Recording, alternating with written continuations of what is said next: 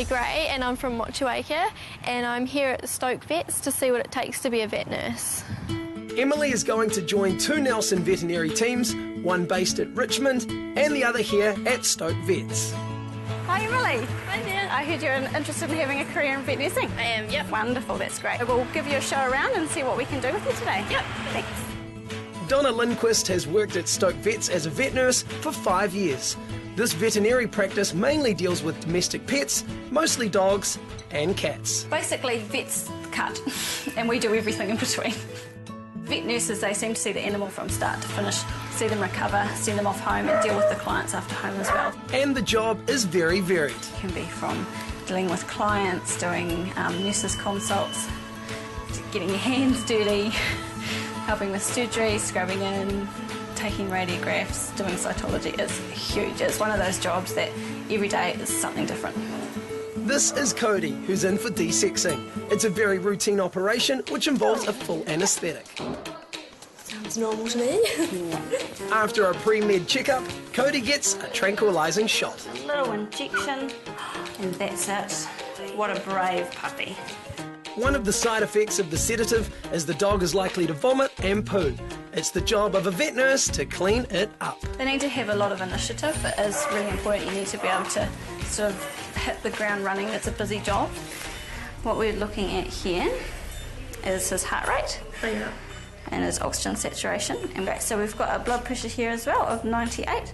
So anything above 90 is what we want to see. So we don't want to see anything below 90. In the veterinary industry, you're really close-knit with the vets, your support staff and the nurses and all that kind of stuff. So it's a collaborative thing that we all have to work well together.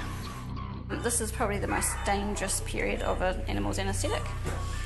Is the recovery phase, so we need to still monitor them really vigilantly. Yeah. When we do routine surgeries and things like that, they bounce back hugely. They're up and about, they're fine to go home and they're happy. So we're going to give them some pain relief. So this is the dog equivalent of our Voltaren or Nurofen. Yep. That's it. Quite far. No, that's plenty. Just onto his tongue's perfect. Boy. What a good boy. Cody will soon be good to go. Heading in today for a checkup is DJ.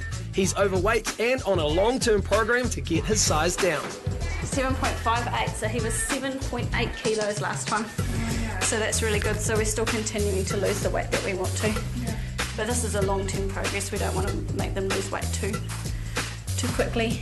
What a star, DJ. A prescription food high in nutrients but low in calories is being used to sustain weight loss. It is nice, you know, he's on a really good quality food and it's a little bit like having a nice whole grain sandwich opposed to some takeaway burger. It makes you feel fuller for longer. A vet nurse will do lab work too. It might be preparing a swab from a cat's infected ear or a urine test for a diabetic dog. You see anything strange in the abdomen? See a spine here. Yep, that's spine. And a baby spine. A baby here. spine. So we've got a mummy dog and we've got one puppy. We all love animals, that's why we work with them, so it's nice when we can help them and it's lovely when you can see a happy client with a happy pet at the end of the day. Next day, Emily's headed out to join the team at Richmond's Town and Country Vets. The practice looks after larger farm animals, cows, pigs and horses too. Emily's first job is a fecal egg count for a deer farm nearby. The test will decide if treatment is needed for worms. This is the lab area, Emily, where we'll do the fecal egg count. With a sample of deer poo, Emily teams up with vet nurse Annette McFadgen, who will show her how it's done. Sometimes you'll get 25 of these to do and it's just non-stop. Yeah. We need to know quite a bit about the large animal side of things. We do get goats, pigs, alpaca, llamas and things that all do come in the back. We've had a miniature horse out the back that had to have surgery. I can see something moving around. Can you? Yeah. Oh yeah, you've actually got a worm. That's not what we're looking for. We're looking for the eggs. This one's out of its egg already. So that's a larval stage. Goodness me. They're tiny, aren't they? Yep, they are tiny. Good one, keep going. The deer will definitely need a drench.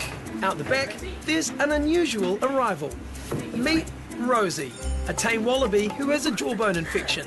She's here for something rather rare in New Zealand, treatment in a hyperbaric oxygen chamber. It helps to heal wounds about 15 times faster than they would normally heal. Breathing oxygen at an increased pressure dissolves much more into the blood. This in turn promotes faster natural healing. It's a good additional treatment for problems like tissue damage or infection. Keeps costs down, reduces the amount of antibiotics needed to be used, and the animals seem to like it as well. You coming out? Quite likes it in there, thank you very much. I might stay there. Oh, there she comes. With Rosie on the road to recovery, Emily hits the road too. Off to the Beacon Hill Equine Clinic and another vet nurse to meet. Laurie Talbot loves horses and she'll be showing Emily another aspect of the job. Got a mare that's come in and she had a big problem during foaling.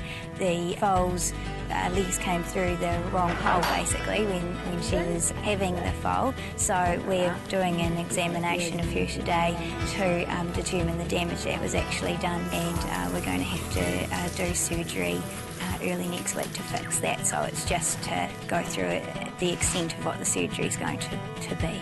So that's good. So in terms of my examination today, I know now when I come back for surgery I'm only going to need a modest amount of equipment, and that's fantastic.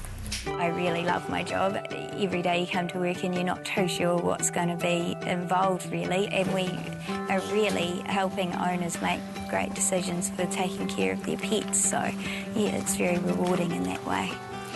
Emily's done a great job today. She's showed definite skills with handling the horses, and she's definitely showing compassion for the animals, and yeah, I think she's got the goods to make an excellent vet nurse. It's definitely what I want to do next year, being a vet nurse.